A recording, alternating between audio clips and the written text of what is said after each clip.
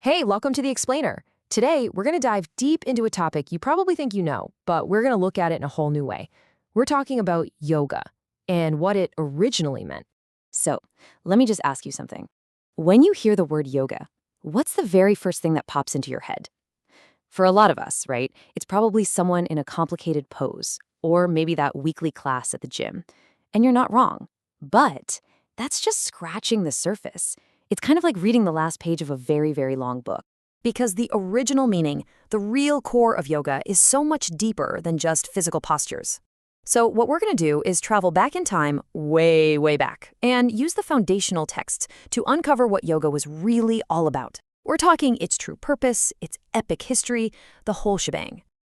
All right, so first things first, let's just break down the word itself. What does yoga actually mean? Where does it even come from? Well, it comes from this ancient Sanskrit root, yog. And yog means to unite or to yoke.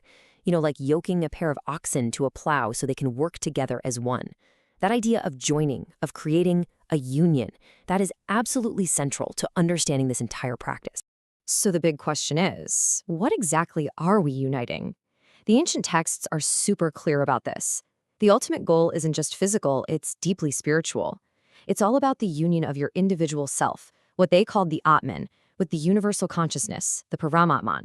You can think of it like a single drop of water rejoining the vastness of the ocean. It's that kind of profound connection. And this isn't just one interpretation. If you look at one of the most revered texts, the Bhagavad Gita, it gives this beautiful, simple definition. It says, Samatvam yoga uchite, which translates to, evenness of mind is yoga. Wow. So it's not about being super flexible. It's about being mentally and emotionally stable. Not getting thrown off by life's crazy ups and downs. It's about finding that calm center inside yourself. And then there's the big one from the great sage Patanjali, who literally wrote the instruction manual for yoga. His definition? Yoga Shita Vritti Nirodha. I know, it's a mouthful. But it means yoga is the process to block the fluctuations of the mind. Did you catch that? It's all about the mind. It's a discipline for taming that constant noisy chatter that we all have going on in our head. Okay, so if yoga is really about uniting our consciousness and calming our minds, then what's the point? What's the ultimate goal here? Where does this path of inner discipline actually take us? Well, the aims are both super practical and incredibly profound. Yeah, of course, gain sound health is on the list, but look at all this other stuff.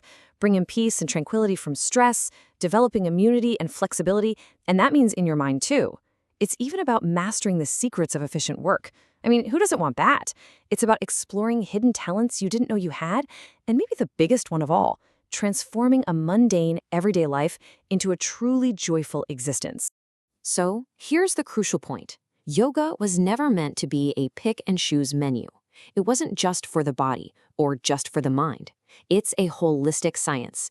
It's designed to work on everything at once, your physical body, your thinking mind, and your soul or spirit, and bring them all together in harmony.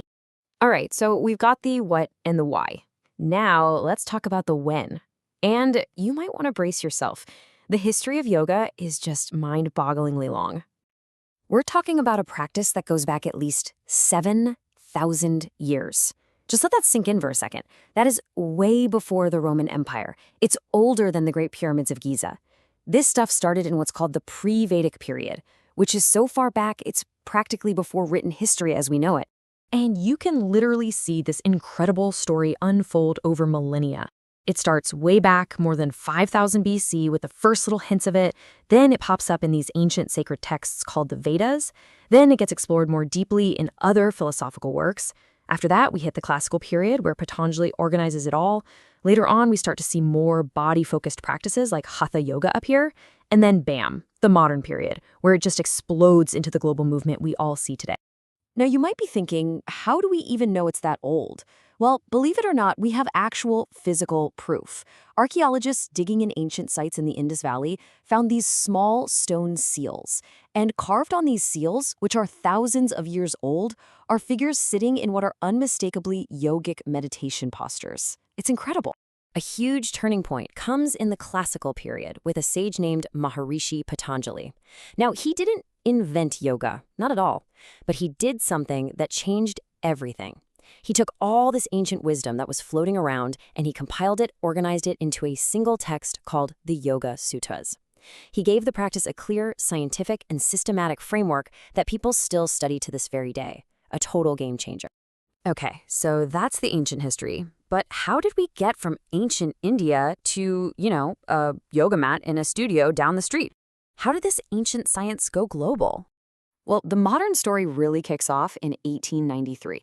A man named Swami Vivekananda travels to Chicago and gives this groundbreaking speech that introduces yogic philosophy to the Western world for the first time. Then, in the 20th century, you get these legendary teachers and researchers who start to make the practices more accessible and even study them scientifically. And then, in 2015, yoga gets the ultimate stamp of global approval when the United Nations actually creates an International Day of Yoga. I mean, it doesn't get more official than that. And that date is June 21st, a day set aside by the UN to formally recognize yoga's universal appeal and its incredible importance for the well-being of people all over the planet. Okay, so let's bring all these different threads together and wrap this up. As you can see, yoga is so much more than a workout. It is a 7,000-year-old science. Its original, timeless purpose has always been to create union, to integrate your body, your mind, and your soul, and make you feel harmonious, balanced, and whole. So, I'll ask you one more time. Now, after all this, when you hear that word yoga, what are you going to picture? Maybe it won't just be a physical pose anymore. Maybe now you'll see this vast, incredible, ancient path, a path toward inner peace and unity.